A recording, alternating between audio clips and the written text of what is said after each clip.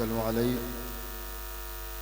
व नऊज़ु बिल्लाहि मिन शुरूरि अनफुसिना व मिन सय्यिआति अमालिना मन यहदिहिल्लाहु फला मुदिल्ल लहु व मन युद्लिल फला हादिय लहु व नशहदु अन ला इलाहा इल्लल्लाह वहदहु ला शरीक लहु व नशहदु अन्ना मुहम्मदन अब्दुहु व रसूलुहु फ़अऊज़ु बिल्लाहि मिनश शैतानिर रजीम बिस्मिल्लाहिर रहमानिर रहीम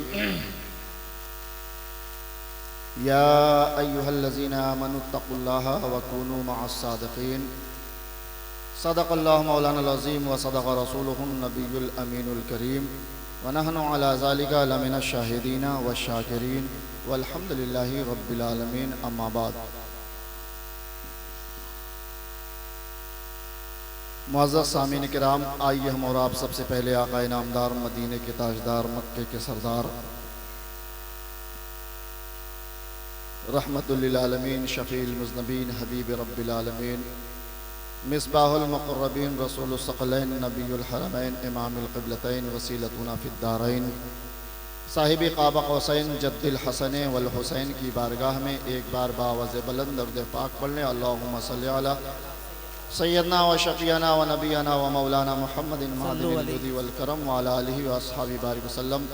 सलातुन व सलामुन अलैका या रसूलल्लाह सल्लल्लाहु तआला अलैहि वसल्लम। मुअज़्ज़ज़ सामीन किराम,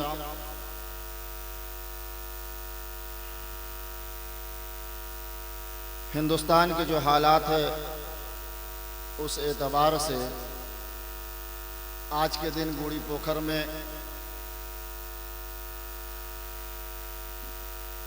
जो जश्न का इनेकाद किया गया है ये बहुत बड़ी बात है।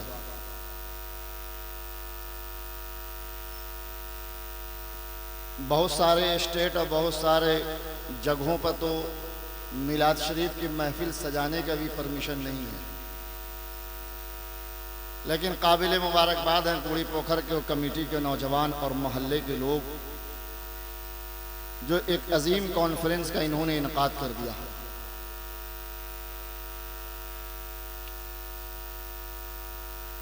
रात का आधा हिस्सा चला गया है और आधा हिस्सा अभी बचा हुआ है। जनाब सैयद शजर अली साहब मकनपुरी से आप हजरात ने नातो मनक़बत सुना। मैं जहाँ पर ठहरा हुआ था वहाँ पर भी आवाज़ आ रही थी। वो एक शेर पढ़ रहे थे, बाबा हैं हुसैनी, मामा हैं हुसैनी। कम से कम सैयद शजर अली मकनपुरी के दिल में बाबा और मामा तो उतर गए, ये अल्लाह का एहसान है। और कुछ शोरा अभी बचे हुए हैं जिनके दिल में भी अभी बाबा और मामा नहीं उतरे हैं, इंशाअल्लाह आने वाले वक्त में उतर जाएंगे। इसलिए कि हम औलाद गौसे आज़म हैं, औलाद सैयदना पाक हैं। और मुझे मालूम है कि जिस वक्त इमाम हुसैन को कत्ल किया जा रहा था,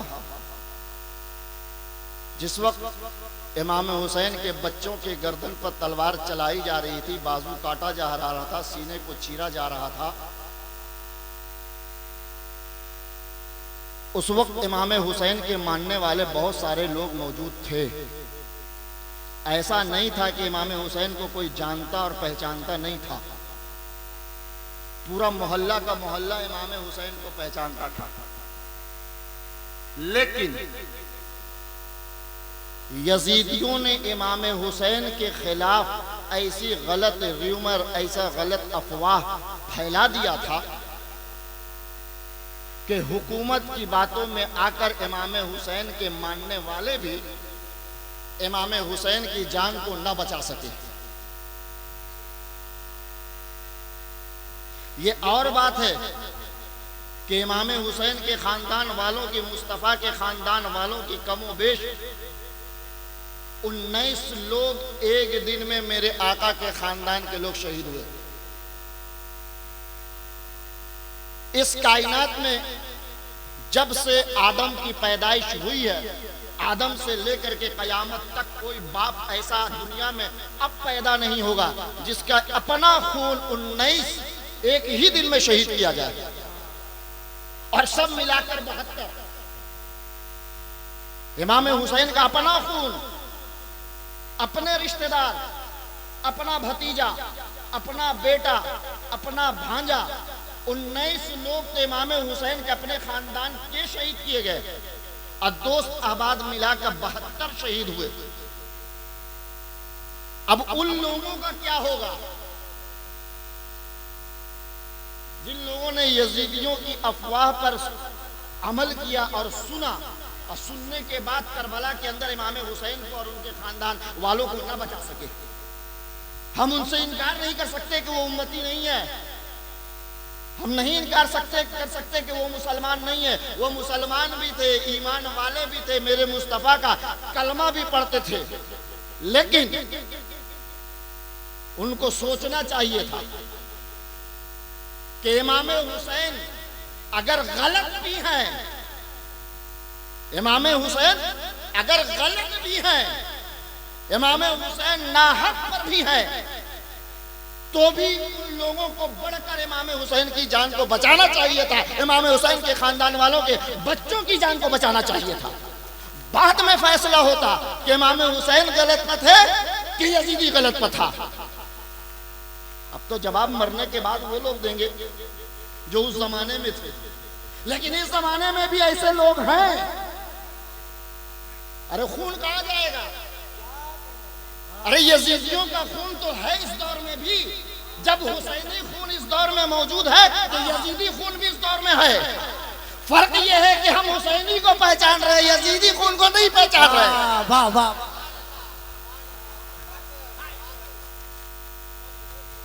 अब यजीदी खून पहचाना भी नहीं जाएगा, इसलिए कि उसको मालूम है कि करबला के मैदान में हम ताकतवर थे, लेकिन आज हुसैनी ताकतवर है। ऐसा ना हो कि हुसैन का बदला हमसे ले लिया जाए, इसलिए वो छुप कर यजीदियत फैलाएगा, लेकिन हुसैनी के सामने वो नहीं आएगा। और यजीदी कहते हैं किसको है? जो सैयदों की मुखालफत कर जाए उसी को तो यजीदी कहते हैं। जो सैयदों का सीने के अंदर बुग़्ज़ रखे उसी का नाम तो यजीदी है। जो सैयदों से हसद करे, जो सैयदों से जले, उसी का नाम तो यजीदी है। इमाम हुसैन से जो जला उसी का नाम यजीद है। इमाम हुसैन से जो लड़ा उसी का नाम यजीद है।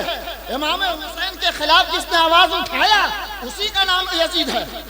तो जो उनके खानदान वालों के खिलाफ आवाज उठाएगा उसी का नाम यजीद है। पहचानना तो बहुत आसान है, पहचान तो बहुत आसान है। अब इस मिंबर पर जितने लोग बैठे हुए हैं, उलमा भी है, शोरा भी है, नकीब भी है, आलिम भी है, खतीब भी है, सब के सब इस स्टेज पर हैं और आप नीचे बैठे हो। क्यों? शोरा स्टेज पर बैठे, नकीब स्टेज पर बैठे, खतीब स्टेज पर बैठे, मुकर्रिर स्टेज पर बैठे, अब आप नीचे बैठो। फर्क क्या है? फर्क यह है कि इन्होंने नाते रसूल पढ़ने का हुनर सीख लिया, ये नकाबत करने का हुनर सीख लिए, ये नातो मनकबत पढ़ने का हुनर सीख लिए, इसलिए इनको स्टेज पर बिठाला जा रहा है। वरना आप में और इनमें कोई फर्क नहीं है, वरना आप में और इनमें कोई फर्क नहीं है। अब सरकार मिल्लत को स्टेज पर बिठा दो, सरकार मिल्लत को स्टेज पर बिठा दो। एक तरफ सरकार मिल्लत को बिठा दो, एक तरफ हिंदुस्तान के आलिमों को बिठा दो, हिंदुस्तान के नकीबों को बिठा दो, हिंदुस्तान के शोरा को बिठा दो, हिंदुस्तान के मुफ्तियों से वो बिठा दो, और उन्हीं में से चंद मुफ्तियों को फैसल बना लो, मुंसिफ बना लो, जज बना लो और कहो कि एक तरफ औलादे गौसे आजम है, एक तरफ औलादे इमाम हुसैन है, एक तरफ औलादे अली है, एक तरफ औलादे सैयदना पाक है, एक तरफ औलादे रसूल है, एक तरफ आलिम है, एक तरफ खतीब है, एक तरफ शोरा है, एक तरफ नकीब है, एक तरफ मुकर्रिर है। आप फैसला कर दो कि मर्तबा इनका ज्यादा है या मर्तबा इनका ज्यादा ऊंचा है। उन्हीं का जज, उन्हीं का मुंसिफ, उन्हीं का फैसल, यह फैसला करेगा कि औलादे गौसे आदम का मर्तबा ऊंचा, खानदाने मुस्तफा का मर्तबा ऊंचा, औलादे अली का मर्तबा ऊंचा। इसलिए कि आज जो स्टेज पर उलमा शोरा नुकबा बैठे हैं, इन पर एहसान मौला अली का है, इन पर एहसान मौला अली का है। इसलिए ये स्टेज पर बैठे हुए हैं। ये खतीब तो बन सकते हैं लेकिन औलादे रसूल नहीं बन सकते हैं। ये नकीब तो बन सकते हैं, औलादे गौस नहीं बन सकते हैं। ये मुकर्रिर तो बन सकते हैं, औलादे इमाम हुसैन नहीं बन सकते। फर्क को समझो। औलादे गौसे आजम जैसा भी है, जैसा भी है, इमाम अहले सुन्नत आला हज़रत फाज़िल बरेलवी कहते हैं कि अगर तुम्हें कोई कह दे, सिर्फ कह दे कि ये सैयद है, घर से वो है नहीं, अगर तुम्हें कोई कह दे कि ये सैयद है लेकिन है नहीं, तुम पर ताज़ीम वाजिब हो गई।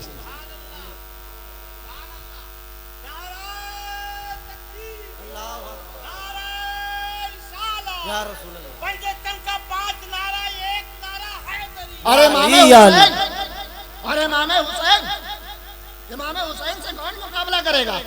माँ ने पैदा ही नहीं किया है जो इमाम हुसैन के जूती के बराबर हो जाए। इमाम हुसैन के नस्ब को तो छोड़ दो, ऐसा कलेजा वाला कोई पैदा ही नहीं हुआ। अब अगर पैदा होगा तो खानदान हुसैन में पैदा होगा। हजरत हुज़ैफा रज़ी अल्लाह ताला अन्हु अपनी वालदा के पास बैठे हुए हैं और कहा, अम्मी जान मुझे इजाजत दीजिए कि मैं मगरिब की नमाज आक़ाए दो जहां सल्लल्लाहु ताला अलैहि वसल्लम की इक्तिदा में अदा करूं और आपके लिए और मैं अपने लिए मुस्तफ़ा से मग़फ़िरत की दुआ करा दूं। हजरत हुज़ैफा की वालदा ने कहा, बेटा जाओ। हजरत हुज़ैफा मस्जिद नबवी में आ गए, मगरिब की नमाज आका के पीछे आका की इब्तिदा में अदा किया। मेरे आका मगरिब की नमाज पढ़ाकर नफिल पढ़ने लगे। हजरत हुज़ैफा किनारे बैठे हुए, हत्ता कि इशा की अजान हो गई। फिर हजरत हुज़ैफा इशा की नमाज अपने रसूल की इब्तिदा में अदा किया। इशा की नमाज जब फारिग हुए मेरे आका, तो मेरे आका अपने घर की तरफ चले जाए। पीछे पीछे हजरत हुज़ैफा भी मेरे रसूल के पीछे पीछे जा रहे हैं। मेरे आका को ऐसा एहसास हुआ कि मेरे पीछे कोई आ रहा है, तो मेरे आका ने पूछा, कौन है? क्या हुज़ैफा हो क्या? तो हज़रत हुज़ैफा कहते, या रसूल अल्लाह, जी मैं हुज़ैफा हूँ। तो अल्लाह के रसूल ने कहा कि अल्लाह तुम्हारे या तुम्हारे माँ की मग़फ़िरत फरमाए। हुज़ैफा माँ से क्या कर रहे हैं कि मुझे इजाजत दीजिए कि मगरिब की नमाज रसूल की इक़्तिदा में पढ़ूं और अपने और आपकी मग़फ़िरत की दुआ कराऊं। लेकिन हुज़ैफा को वक्त न मिला, मौका न मिला कि कहते कि या रसूलल्लाह मेरी और मेरी माँ की मग़फ़िरत के लिए दुआ कर दीजिए। आखिर में इशा के बाद मेरे रसूल के पीछे पीछे चल रहे हैं। हुज़ैफा ने नहीं कहा, मेरे रसूल ने हुज़ैफा के दिल को भांप लिया, हुज़ैफा की नीयत को समझ लिया। कहा, कौन? हुज़ैफा। हुज़ैफा ने कहा, या रसूल अल्लाह मैं हूँ। तो कहा, अल्लाह तुम्हारी और तुम्हारे माँ की मग़फ़िरत फरमाए। आगे इरशाद फरमाते हैं, हुज़ैफा देखो, ये जो मेरे साथ एक शख्स और चल रहा है, ये फरिश्ता है। ये आज तक कभी भी दुनिया में नहीं आया है, ये पहली बार दुनिया में आया है रब की बारगाह से इजाजत लेकर। ये रब की बारगाह में इजाजत लिया कि परवरदिगार आलम मुझे तो इजाजत दे दे कि मैं तेरे नबी को सलाम करके आ जाऊं। ये फरिश्ता मुझे सलाम करने के लिए आया है और मुझे बशारत देने के लिए आया है। हज़रत हुज़ैफा ने कहा, या रसूल अल्लाह, सलाम तो समझ गया कि ये फरिश्ता आपको सलाम करने के लिए आया है, बशारत क्या देने के लिए आया है? तो मेरे आका इरशाद फरमाते हैं, अल हसन वल हुसैन सैयदा शबाब अहलिल जन्नह व अबूहुमा खैरुम मिनहुमा।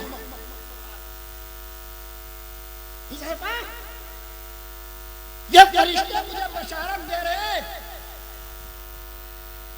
कि हसन और हुसैन जन्नती जवानों के सरदार हैं और इनके वालिद इन दोनों से अफजल है।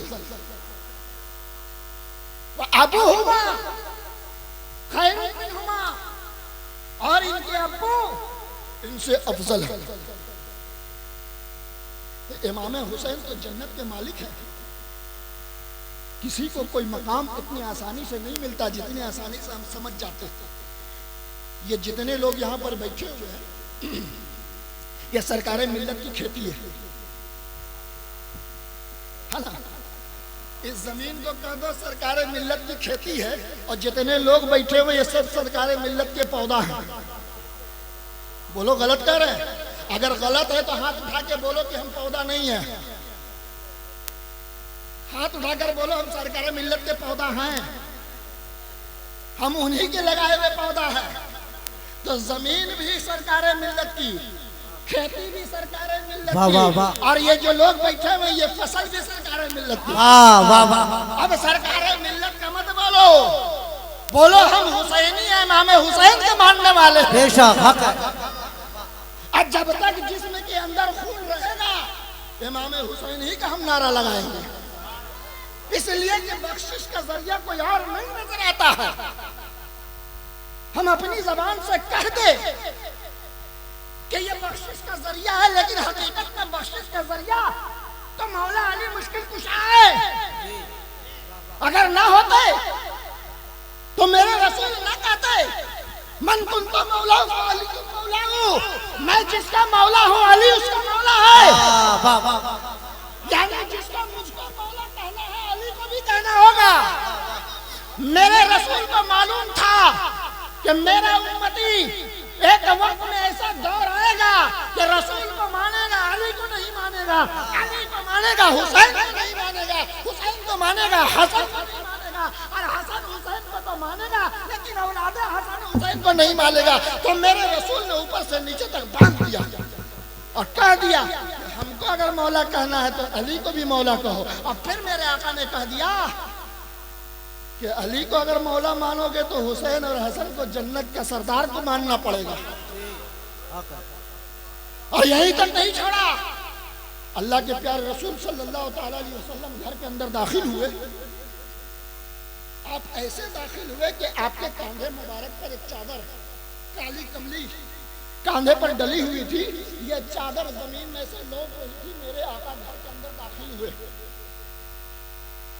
और बुलाया फातिमा आओ, उस चादर के अंदर डाल दिया।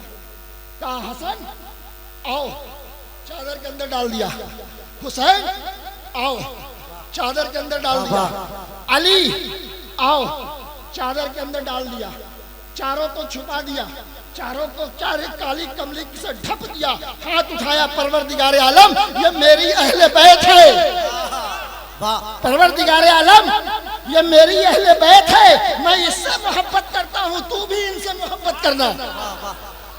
नारे तकबीर, नारे रिसालत, मसलक आला हजरत।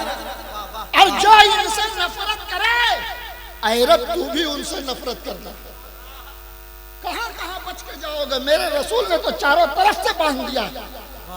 फातिमा को कह दिया हम इससे मोहब्बत करते हैं, रब तू भी कर। हुसैन को कह दिया मैं इससे मोहब्बत करता हूँ, तू भी कर। हसन को कह दिया मैं इससे मोहब्बत करता हूँ, तू भी कर। अली को कह दिया मैं इससे मोहब्बत करता हूँ, तू भी कर। है रब जो इनसे मोहब्बत न करे, जो इनसे मोहब्बत न करे, तू भी उससे मत मोहब्बत करना, मैं भी उससे मोहब्बत न करूंगा। ये इमाम हुसैन की देन है कि इस लॉकडाउन के आलम में सरकार के तरफ से फ्री चावल तो लेने के लिए हम लाइन लगा रहे हैं। 1-1.5 साल से रोजी रोटी का कोई अता पता नहीं है, लेकिन इमाम हुसैन की मोहब्बत देखो कि हम एक टाइम भूखा रह जाएंगे, लेकिन इमाम हुसैन का जो 4 मुहर्रम को जश्न होता है वो होके रहेगा। हम 2 दिन भूखे रह जाएंगे, लेकिन जैसे इमाम हुसैन का जश्न लॉकडाउन से पहले मनाया जाता था, लॉकडाउन के दरमियान भी मनाया जाएगा। इसलिए कि ये जान भी हुसैन की है, घर भी हुसैन का है, पूरा खानदान मेरा इमाम हुसैन का। अरे इमाम हुसैन ने अपने औलादों को लुटाया, अपने लिए नहीं। इमाम हुसैन ने अपने खानदान वालों की गर्दन अपने लिए नहीं कटाया मेरे दोस्तों, अपने लिए नहीं कटाया। आज जो इतने लोगों के सीने में जो सच्चा इस्लाम पहुंचा है, जो सच्चा दीन पहुंचा है, इसीलिए इमाम हुसैन ने अपने बच्चों की गर्दन को कटाया। अब मालूम है आपको, इमाम हुसैन तो कुछ लोगों ने तो उस जमाने में गलत समझा, लेकिन देखो मैं बार बार बूढ़ी पोखर के लोगों को कहता हूं कि सच्चाई कुछ दिनों के लिए छुप जाती है, दब जाती है, लेकिन खत्म नहीं होती। यजीद के बाद क्या हुआ? पुलिस वाला आएगा, आवाज नहीं। पुलिस वाला आएगा तो भागने की जरूरत नहीं है, बोल देना हमें लेके चला जाएगा। हमको मालूम है पीछे से पूरा उड़ीसा आ जाएगा।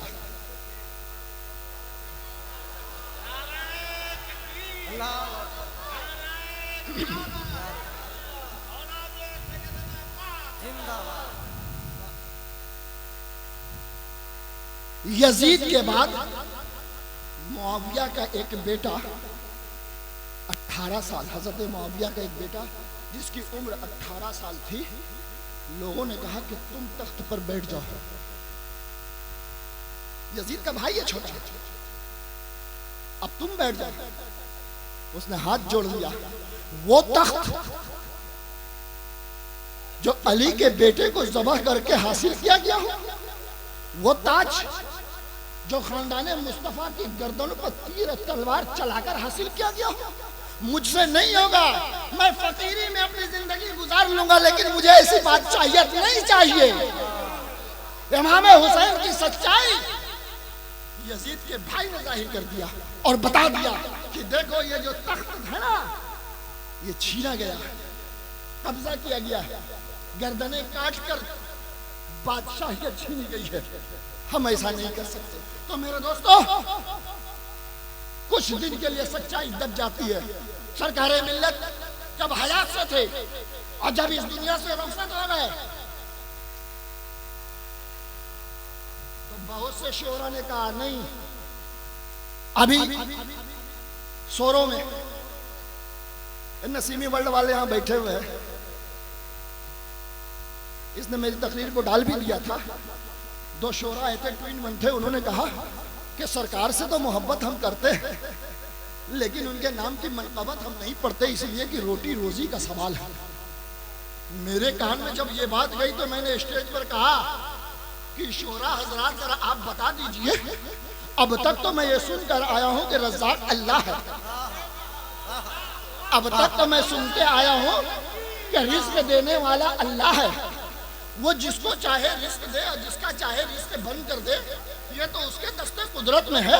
आप ये कह रहे हैं कि रोजी रोटी का सवाल है। कौन है इस दुनिया के अंदर जो रिस्क बांटता है? उसका पता मुझे भी बता दो।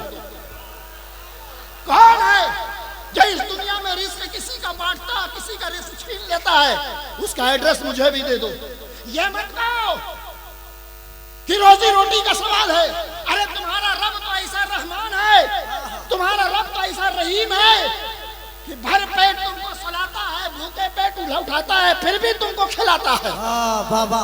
तुम दिन दिन भर अपने रब को नहीं याद करते, तुम दिन दिन भर अपने रब की तस्बीह नहीं करते, उसको बुरा नहीं लगता है, उसको गुस्सा नहीं आता है, उसको जलाल नहीं आता है। अभी अगर हम आप लोगों से पूछ ले, लेकिन पूछेंगे नहीं, लेकिन अगर आपसे हम सवाल कर दे कि आज फजर की नमाज कितने लोगों ने अदा किया है, तो शायद के 2-4-10 आदमी हाथ उठाएंगे।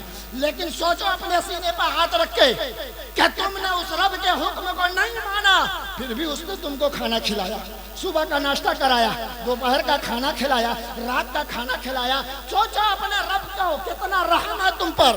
तुम किसी की मनक़बत पढ़ो, तुम किसी की कसीदा खानी करो, तुम किसी की रात खानी करो, तुम किसी के नाम का नारा लगाओ, दुनिया के अंदर किसी की ताकत नहीं जो तुम्हारा रिस्क छीन ले। किसी की ताकत नहीं जो तुम्हारे रिस्क को बंद कर दे। तुम्हारा रब तो इतना रहमान है कि उसने हजरत मूसा से कहा, मूसा तुम्हें मालूम है मैं किन किन चीजों को रिस्क देता हूं? हजरत मूसा ने कहा नहीं, मुझे तो नहीं मालूम। ऐ रब बता दे। तो हजरत मूसा को रब ने कहा, ये जो पत्थर पड़ा हुआ है मूसा, उस पर एक डंडा मारो। हजरत मूसा ने एक पत्थर पे एक डंडा मारा, वो पत्थर दो टुकड़ा हो गया, दो टुकड़ा हो गया। फिर रब ने मूसा को कहा कि दाहिने तरफ जो पत्थर का टुकड़ा है उस पर एक डंडा और मारो, वो पत्थर दो टुकड़ा हो गया। फिर रब के तरफ से हुक्म हुआ, मूसा उस जो पत्थर तुम्हारे दाहिने तरफ है उस पर एक डंडा और मारो। हजरत मूसा ने जब तीसरी बार पत्थर के ऊपर मारा तो उसमें से एक कीड़ा नजर आया, एक कीड़ा नजर आया। रब ने कहा, मूसा 3 तह पत्थर के अंदर जो कीड़ा है उसको भी तुम्हारा रब रिज़्क़ पहुंचाता है, खाना और पानी पहुंचाता है।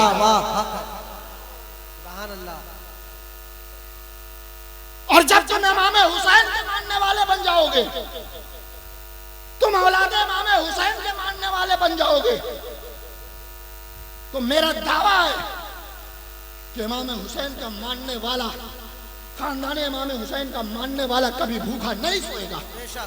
भूखा उठेगा जरूर लेकिन भूखा सोएगा नहीं, इसलिए कि तुम्हारी प्यास को अली अकबर लेके करबला में चले गए, तुम्हारी भूख को अली असगर करबला में लेकर चले गए, इमाम हुसैन तुम्हारी भूख को लेकर चले गए। 3 दिन तक भूखे रहे, कोई खिलाने वाला नहीं, कोई पिलाने वाला नहीं, कोई एक कतरा दूध देने वाला नहीं। इमाम हुसैन ने सब्र का दामन थामा, लेकिन मेरे रसूल का एहसान है तुम उम्मतियों पर कि तुम कभी भूखे नहीं रहोगे, तुम कभी प्यासे नहीं रहोगे, इसलिए कि तुम इमाम हुसैन के मानने वाले हो। इमाम हुसैन प्यासे रह गए, तुम नहीं रहोगे। शर्त यह है कि इमाम हुसैन की सच्ची मोहब्बत होनी चाहिए, दिल के अंदर इमाम हुसैन का सही प्यार होना चाहिए। मेरे दोस्तों, चूंकि अभी और 2 शोरा बचे हुए हैं, बड़ी मेहनत से आप लोग इस लॉकडाउन में इतने महंगे शोरा को बुलाया है, तो सुनना भी जरूरी है। लेकिन अब जरा सोचो कि ये मुहर्रमुल हराम का महीना और इससे पहले जो महीना चला गया है ना, वो महीना किसको याद है? सीधा सीधी बोल दो, बकरीद। ये दोनों महीने में कुर्बानियां हुई हैं। बाप ने बेटे को ज़बह किया है ना, वहां तो बाप ने बेटे को ज़बह किया, बड़ा ताज्जुब होता है। तारीख पढ़ो या उलमा से सुनो कि हजरत इब्राहिम ने हजरत इस्माइल को ज़बह कर दिया। बड़ा हैरत होती है। दुनिया में कोई बाप किसी बेटा को घर से निकाल देता है तो मोहल्ले वाले हमदर्द हो जाते हैं, देखो कैसा बाप है, बेटे को घर से निकाल दिया। अब हजरत इब्राहिम के बारे में क्या सोचते हो? वो तो हाथ पैर सब बांध चुके हैं, छुरी भी पचा चुके हैं, गर्दन पर चला भी चुके हैं। तो हजरत इब्राहिम क्यों बच्चे को ज़बह क्यों कर रहे थे? मैंने पूछा, इब्राहिम बेटे से प्यार नहीं? कहा कि हाँ बेटे से प्यार है। मैंने कहा, इब्राहिम मेरा बच्चा जब पैदा हुआ तो गोद में खिलाया, कांधे पे बिठाया, वो चलना नहीं सीख रहा था तो अंगली पकड़कर उसको चलाया, वो खा नहीं रहा था तो अपने हाथ से उसको खिलाया। मैं बाप था, वो मेरा बेटा है, उससे मोहब्बत है। वो चलना नहीं जान रहा था, मैंने चलाया, खिलाया, पिलाया, घुमाया, बाजारों में घुमाया, गलियों में घुमाया, रिश्तेदारों का, अहबाबों का घुमाया। इब्राहिम तुम कैसे बाप, तुम कैसे बाप थे? तो इब्राहिम ने कहा, बेटा अगर तुम ही बाप नहीं तो मैं भी बाप था। मैंने भी इस्माइल को गोदी में खिलाया, मैंने भी इस्माइल को हाथ से खिलाया, मैंने भी इस्माइल को कांधे पे बिठाया, मैंने भी इस्माइल को अंगली पकड़ के चलना सिखाया, मैंने भी इस्माइल को अपने रिश्तेदारों अहबाबों के घर में घुमाया। तो इब्राहिम एक बाप जो करता है तुमने किया, तो फिर ज़बह क्यों किया? फिर ज़बह क्यों किया? अरे लड़ाई बाप बेटे में होती है तो झगड़ा होता है, जो ताकतवर होता है एक को मार देता है। बाप बेटे में नफरत होती है तो एक दूसरे को मार देता है। तो तुम्हारे और इस्माइल के दरमियान कौन सी बात पे झगड़ा हुआ? कौन सी बात पे झगड़ा हुआ? जमीन जायदाद का झगड़ा था इस्माइल इब्राहिम में? इब्राहिम ने कहा नहीं। पैसा कौड़ी का झगड़ा था इस्माइल इब्राहिम ने कहा कि नहीं। बैंक बैलेंस का झगड़ा था? बोला नहीं। मकान दुकान का झगड़ा था? बोले नहीं। हवेली का झगड़ा? नहीं। तो जब किसी चीज का झगड़ा नहीं था तो ज़बह क्यों किया? ज़बह क्यों किया? ये इस्माइल और इब्राहिम के दरमियान ये नफरत कैसे आई कि तुमने इस्माइल को ज़बह कर दिया? तो हजरत इब्राहिम जवाब देते हैं कि कोई झगड़ा नहीं था, कोई लड़ाई नहीं थी, बस रब की रजा के लिए।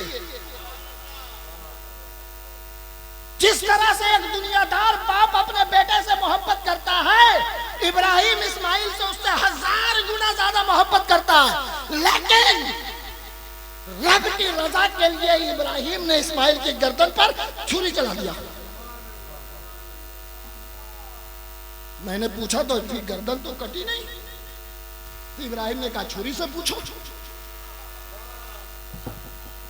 इब्राहिम गर्दन पर छुरी तो चला दिया, और 9 साल का बच्चा 8 साल के बच्चे की गर्दन कटी नहीं। तो इब्राहिम ने कहा कि ये सवाल मुझसे ना करो, छुरी से पूछो उसने क्यों नहीं काटा। तो मैंने छुरी से पूछा क्या तूने इस्माइल की गर्दन को क्यों नहीं काटा? तो छुरी ने कहा कि इब्राहिम इस्माइल की गर्दन पर पूरी ताकत से छुरी चला रहे थे, पूरी ताकत से चला रहे थे। उसी दरमियान मैंने इब्राहिम से पूछा, बेटे की गर्दन पर आज तक तारीख में देखा नहीं है कि कोई बाप अपने बेटे की गर्दन को काटे। इब्राहिम क्यों काट रहे हो? तो इब्राहिम ने कहा रब की रजा के लिए, रब की रजा के लिए इस्माइल की गर्दन को काट रहा हूं। छुरी क्यों नहीं काटती है इस्माइल की गर्दन को? तो छुरी ने कहा तुम बेटे की गर्दन काट रहे हो रब की रजा के लिए, अब मुझको मेरा रब कह रहा है कि इस्माइल की इब्राहिम जितनी ताकत से छुरी चलाए, किसी भी हालत में इस्माइल की गर्दन कटनी नहीं चाहिए। तुम काट रहे हो इस्माइल की गर्दन रब की रजा के लिए, अब हम कटने नहीं दे रहे इस्माइल की गर्दन रब की रजा के लिए। अब आ जाओ 10 मुहर्रम को, 10 मुहर्रम को आ जाओ। हुक्म भी रब ने दिया कि गर्दन को काटो। बचाया किसने? रब ने बचाया। गर्दन काटने का हुक्म किसने दिया? रब ने दिया। अभी बचाया किसने? रब ने बचाया। तो बीच में क्या था? इम्तिहान था।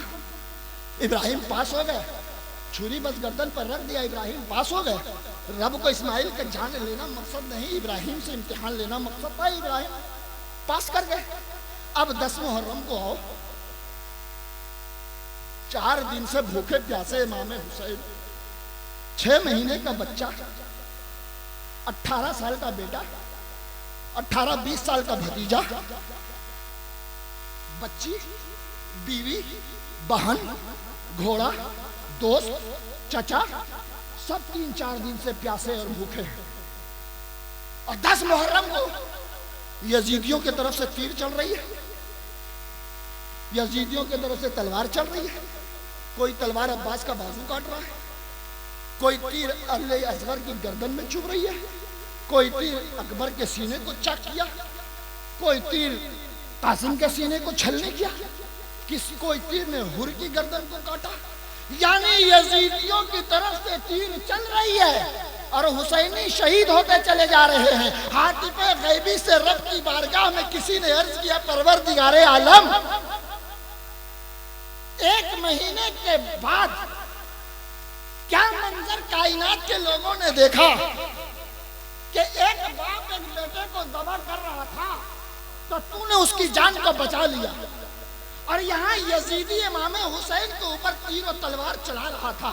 इमाम हुसैन के 6 महीने की बच्चे के ऊपर गर्दन पर तीर चला रहा था। भूखे प्यासे इमाम हुसैन के खानदान वाले थे। तेरे ही दीन की हिफाजत के लिए तो इमाम हुसैन गए थे, कुरान की अजमत की हिफाजत के लिए इमाम हुसैन गए थे, तेरे नबी की शरीयत की हिफाजत के लिए इमाम हुसैन करबला गए थे। जब इस्माइल को तूने बचा लिया, ए मौलवी साहब, सुनने में दिल नहीं लग रहा क्या? हम जल्दी से सोच रहे हैं कि हट जाए, तो टाइम फालतू में वेस्ट मत करो। इधर से कौन बात कर रहा भाई? अगर हमसे ज्यादा तकलीफ करना जानते हो तो आ जाओ चेयर पर।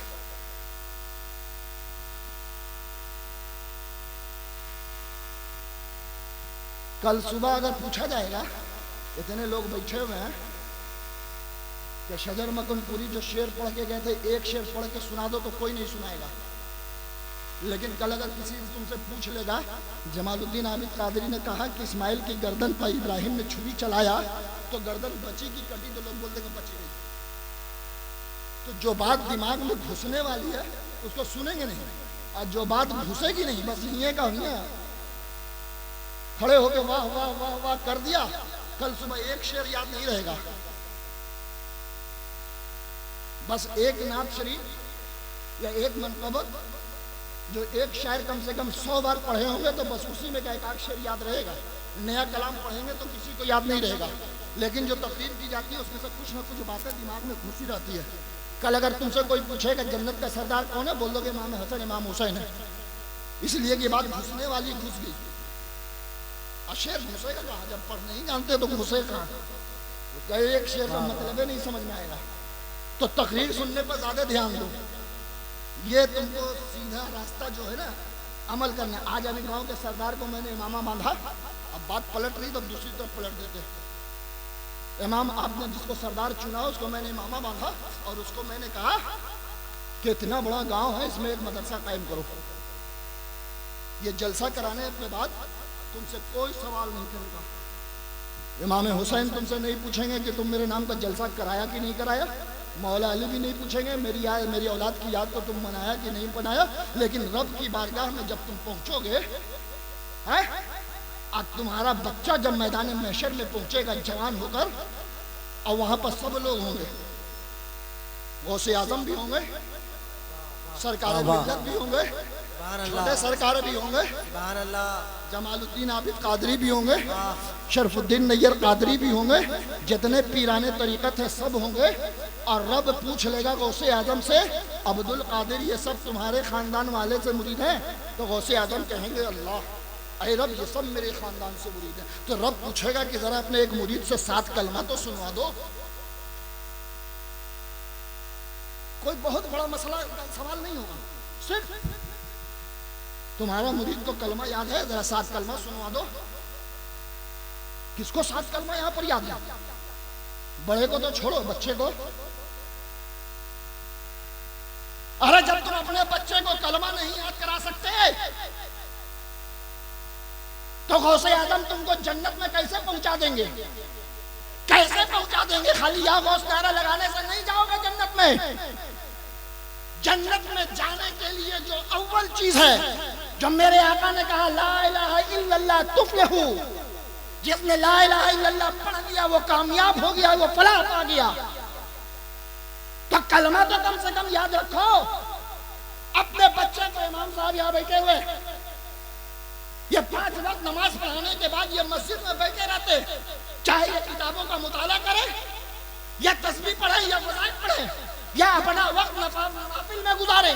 तुम्हारे घर में 5 साल का बच्चा है, तुम्हारे घर में 7 साल का बच्चा है, तुम्हारे घर में 10 साल का बच्चा है, इमाम साहब के पास भेजो कि इमाम साहब इसको कलमा याद करा दो, 7 कलमा याद करा दो। इमाम साहब कुरान शरीफ पढ़ना सिखा दो, कल हम मर जाएंगे कोई ना पढ़ेगा, मेरा बेटा एक पारा तो पढ़ देगा।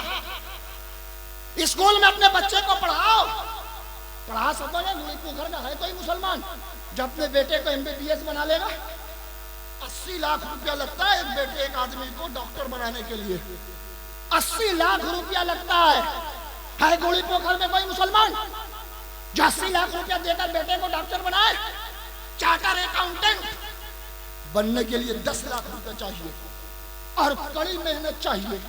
IAS बनने के लिए कड़ी मेहनत चाहिए, IPS बनने के लिए कड़ी मेहनत चाहिए। नहीं बना सकते अपने बच्चे को डॉक्टर, तुम नहीं बना सकते, इंजीनियर नहीं बना सकते, चार्टर अकाउंटेंट नहीं बना सकते, IAS नहीं बना सकते, IPS नहीं बना सकते तुम, तो फिर क्या करोगे? अपने बच्चे को हाफिज कुरान बना दो, अपने बच्चे को आलिम दीन बना दो, अपने बच्चे को कारी कुरान बना दो। 1 रुपया खर्चा नहीं है, इमाम साहब हाफिज बना देंगे, आलिम भी बना देंगे, कारी भी बना देंगे।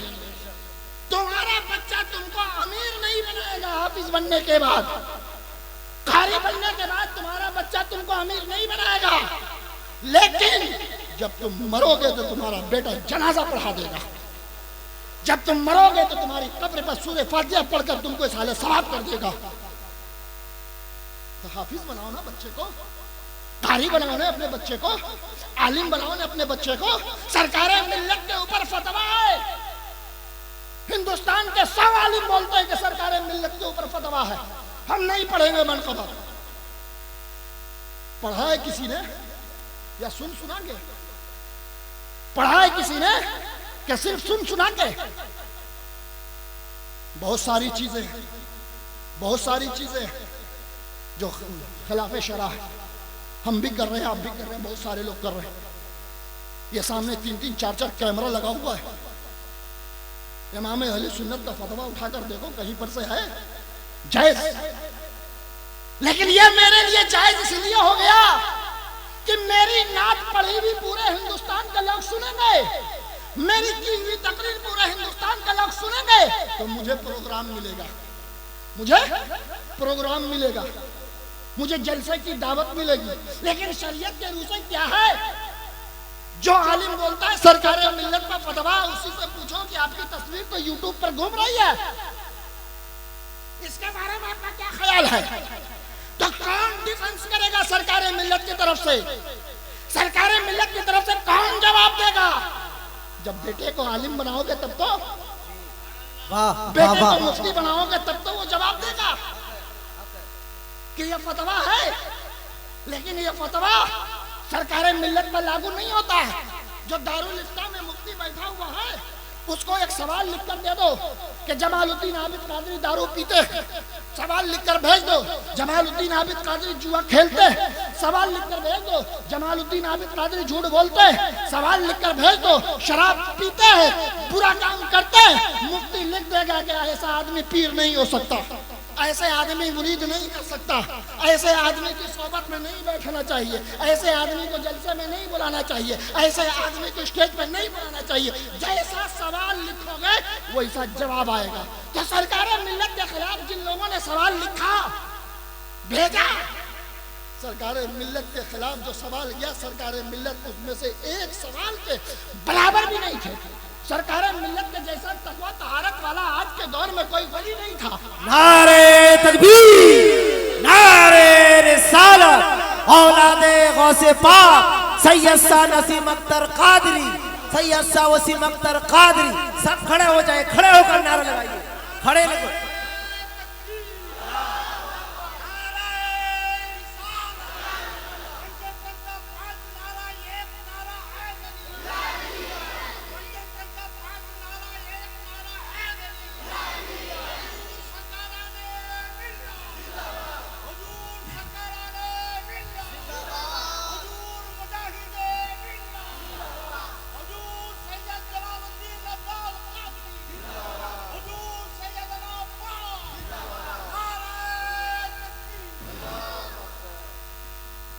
अरे तुम्हारा पीर ऐसा तकवा वाला था कि उसने अपने आप को एक बाउंड्री के अंदर कैद कर लिया।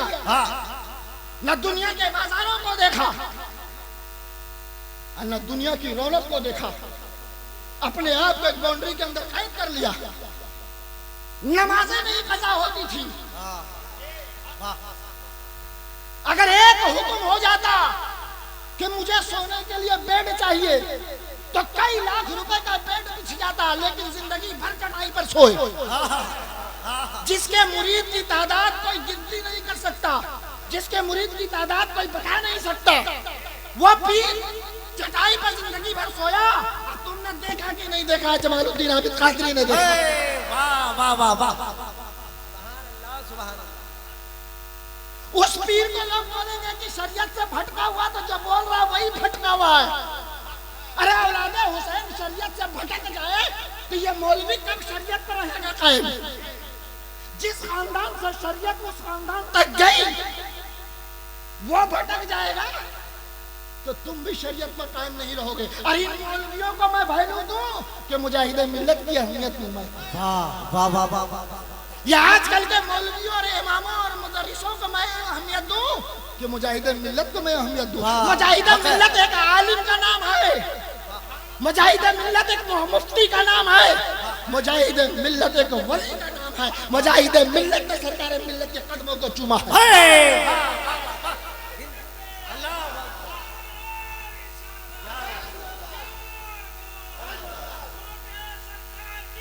जिंदाबाद जिंदाबाद जिंदाबाद जिंदाबाद जिंदाबाद। अल्लाह अकबर। मैं मुजाहिद मिल्लत के प्रैक्टिकल को देखूं कि उन्होंने कदमों को चूमा कि इन मौलवियों की बात को मानूं कि सरकार मिल्लत पर फतवा है। मुजाहिद मिल्लत वली थे, अब एक नहीं 1000 बार उन्होंने कहा कि सरकार मिल्लत के चेहरे से गौस का जलवा नजर आता है। वाह वाह वाह वाह। सरकार मिल्लत को देख लो, गौसे आदम को देख लोगे। मैं चैलेंज करता हूं, कोई भी सरजमीन पर एक मौलवी है जो आकर कह दे कि नहीं मुजाहिद मिल्लत ने सरकार मिल्लत के कदमों को नहीं चूमा। कोई ये कह दे कि सरकार मिल्लत जब बैठे रहते थे तो मुजाहिद मिल्लत बगैर इजाजत के बैठते नहीं थे। बेशक हक है। हम मुजाहिद मिल्लत को भी वली मानते हैं और सरकार मिल्लत को भी वली मानते हैं। आजकल के जो पीर इंतकाल कर रहे हैं, विसाल कर रहे हैं, जो पीर अभी इंतकाल करते हैं ना, बहुत सारे पीरों की तादाद है। जरा उनका बैकग्राउंड देखो,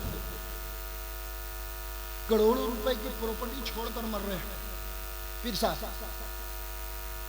कहां से लाया भाई? कभी आपको खेती करते हुए नहीं देखा, कभी आपको हल चलाते हुए नहीं देखा, कहीं नौकरी करते हुए आपको नहीं देखा, और जब आप मर रहे हैं, इस दुनिया से जा रहे हैं, तो करोड़ों रुपए की प्रॉपर्टी पर आपका बच्चा राज कर रहा है। सरकार मिल्लत इस दुनिया से गए तो क्या रुपए की प्रॉपर्टी अपने नाम करके गए? है कोई इस इलाके में जो ये कहे कि सरकार मिल्लत के नाम 1 लाख रुपए की भी प्रॉपर्टी है?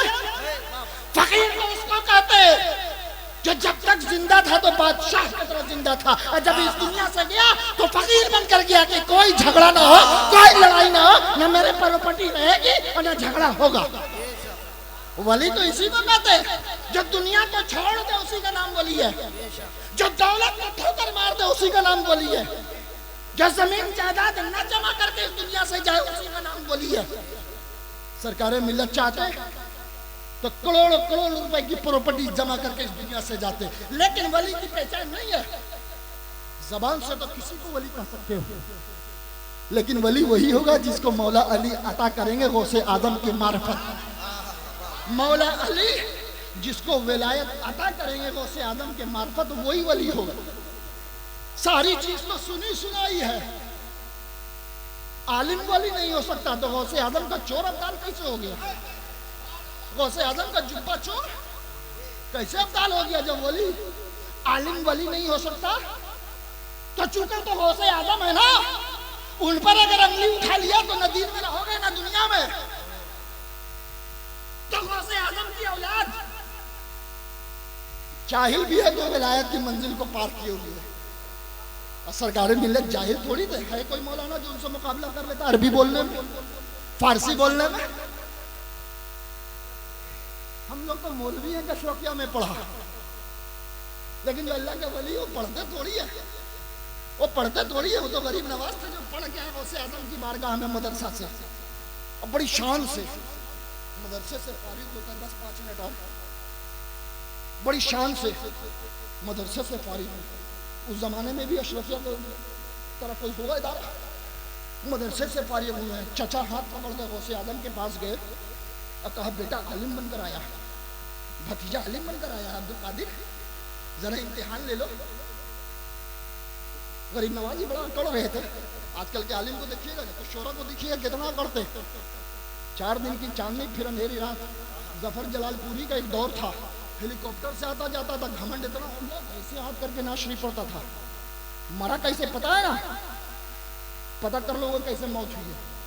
घमंड अल्लाह को पसंद नहीं है। कहीं भी रहो, किसी भी आसमान की बुलंदी पर हो, रब कहता है घमंड तो सिर्फ मेरे लिए, किसी के लिए नहीं। घमंड किसी को नहीं करना, दौलत पर नहीं करना, आवास पर नहीं करना, नात खानी पे नहीं करना, तकरीर खानी पे नहीं करना, निकाबत पे नहीं करना, घमंड नहीं करना। ये तो मेरे मौला अली का एहसान है कि आज तुम नात खा बन गए। अगर मेरे मौला अली कह देते कि नहीं, हम नहीं खोलेंगे दरवाजा दूसरे लोगों के लिए, नबी ने हमको दरवाजा बना दिया है, इन्होंने कहा नहीं खोलेंगे दरवाजा बंद रहेगा, सब मेरे खानदान का लोग आलिम बनेगा, कोई नहीं बनेगा। तो आज हम लोग तेरा जाते हैं निकाह पढ़ाए के लिए, कोई मुरली पोखर से बुलाता निकाह पढ़ाइए, कोई भद्रक से बुलाता, कोई धामनगर से बुलाता। ना धामनगर में कोई मौलवी रहता, ना भद्रक में कोई मौलवी रहता, इसलिए कि मौला अली ने दरवाजा बंद कर दिया। नहीं, कोई नहीं आएगा इस दरवाजे के अंदर इल्म हासिल करने के लिए, सिर्फ मेरे खानदान का। लेकिन मौला अली तासुब परस्त थोड़ी थे, वो तो सबको एक निगाह से देखते थे। आज हम अली के नाम का नारा लगाते हैं तो बहुत से चिढ़ जाते हैं, लेकिन मौला अली खोल दिया इल्म का दरवाजा। सैयद हो तो आओ हासिल कर लो, अंसारी हो तो इल्म हासिल कर लो, मंसूरी हो तो इल्म हासिल कर लो, खान हो तो इल्म हासिल कर लो, कसाई हो तो इल्म हासिल कर लो, जिस साथ जिस बिरादरी जिस कबीले से हो आओ इल्म हासिल कर लो। तो आज स्टेज पे बैठने के लायक हम और आप हो गए। समझ रहे हैं ना बात को? कहीं से भी छुटकारा नहीं है बेगर औलादे गौसे आजम के मानने के। किसी भी दर पर जाओ, किसी भी दर पर जाओ, पहुंचना गौसे आजम ही की बारगाह में। और गौसे आजम तो खुद कहते हैं कि मैं तो वो हूं कि मैं शीशे की बोतल को देखता हूं कि उसके अंदर लाल रंग अगर डला हुआ है तो वो भी देखता हूं, अब अंदर में पीला रंग है वो भी देखता हूं। इसी तरह तुम्हारे दिल को देखता हूं कि तुम किसी सैयदजादे का अगर हाथ चूम रहे हो तो तुम कैसे चूम रहे हो, मोहब्बत से चूम रहे हो या मजबूरन चूम रहे हो, हम देखते हैं। इसका जवाब गौसे आजम उसी दिन देंगे। समझ गए ना? तो मैं यही कह रहा था कि तुम्हारा पीर सरकार मिल्लत ऐसा पीर था, उड़ीसा को नहीं मिलेगा वैसा पीर, नहीं मिलेगा वैसा पीर। 1 रुपया अपनी प्रॉपर्टी जमा करके नहीं गए और वही वली है। और ऐसा पीर नहीं मिलेगा जो अपने मुरीदों को बार बार नसीहत करे। लोग मुझे गालियां देते हैं, देने दो, तुम्हें बोलने का हक नहीं है। लोग हमें बुरा बोलते हैं, बोलने दो, तुम्हें बोलने का हक नहीं है। हम समझेंगे, मेरा गौस समझेगा। बात समझ में आ गई? बात निकलेगी तो 4 बज जाएगा, बाकी बात कल सुनना तो भद्रक आओ। फिर इंशाअल्लाह मैंने कुरान मुक़द्दस के एक आयत करीमा की तिलावत करने का शरफ हासिल किया। या अय्युहल्लज़ीना आमनू तक़ुल्लाह व कूनू मअस सादिक़ीन।